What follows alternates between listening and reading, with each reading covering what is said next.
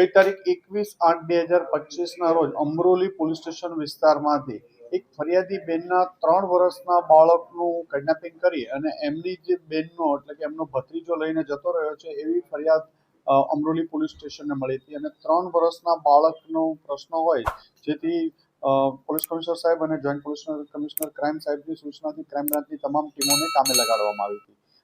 ફરિયાદી બેનનો ફોન લઈને પણ આરોપી જતો રહેલો હતો, પણ ફોન એને સ્વિચ ઓફ અહીંથી જ કરી દીધેલો. આ બાળક જે 21 તારીખે ગયો કિડનેપ કરીને 22 તારીખે Lokmanya Tilak police station Mumbai railway police સ્ટેશનની હદમાંથી એ બાળકની ટ્રેનના ડબ્બામાંથી લાશ મળી આવી હતી અને એનું ગળું કાપવામાં આવ્યું હતું. અને 3 વર્ષના બાળકનો ગંભીર પ્રકારનો ગુનો હોય. લોકમાન્ય ટિળક પોલીસ સ્ટેશનો પણ આ બાબતની તપાસ ચાલી રહી હોય. ક્રાઇમ બ્રાન્ચની ટીમો આ તપાસમાં તરત જ ત્યાં પહોંચી હતી અને છેલ્લા 4 દિવસથી ક્રાઇમ બ્રાન્ચના police inspector J N. Zala, PSI Gamit અને અમરોલી પોલીસ સ્ટેશનના ડિસ્ટાફની ટીમો ત્યાં અલગ અલગ વિસ્તારોમાં સર્ચ કરી રહી હતી. આ આરોપી સતત પોતાનું લોકેશન બદલ રહેતો હતો. દિવસમાં એકાદ વાર ફોન સ્ટાર્ટ કરી અને બંધ કરી દેતો હતો અને ગઈકાલે રાત્રે ફરીથી બીકેસી વિસ્તારમાં રાતના ટાઈમમાં શરૂ કરતા પોલીસની ટીમોએ સતત 2-3 કલાક સુધી સર્ચ કર્યા બાદ એક જગ્યાએ દેખાતા પોલીસને જોઈ અને ભાગવા લાગતા 1 કિલોમીટર જેટલું ચેસ કરી અને ક્રાઇમ બ્રાન્ચની ટીમે એને પકડ્યો છે.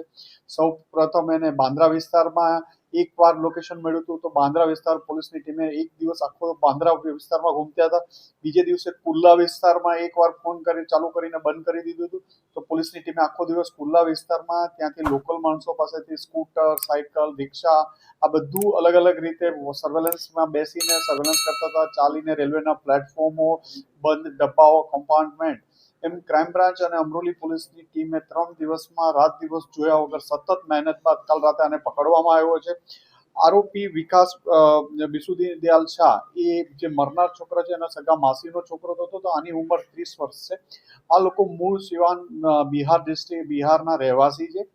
આરોપી અગાઉ કતાર, સાઉદી અરેબિયા અને અલગ અલગ બહારના કન્ટ્રીઓમાં પણ નોકરી કરી હતી. છેલ્લા એપ્રિલથી એ ઇન્ડિયા આવી ગયો હતો, કોઈ કામ ધંધો કરતો નહોતો.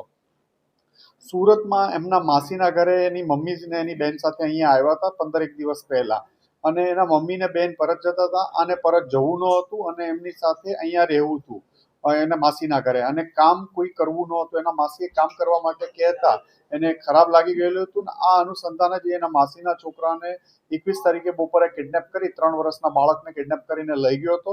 લઈ ગયા પછી એને થયું કે આને શું કરીશ, એટલે એને ટ્રેનના ડબ્બામાં એનું ગળું કાપી અને ટોયલેટમાં જ મારી અને મૂકીને ત્યાંથી જતો રહેલો હતો. આને પકડીને આગળની વધુ પૂછપરછ ચાલી રહી છે અને વધુ તપાસ માટે અમરોલી પોલીસને સોંપવામાં આવશે.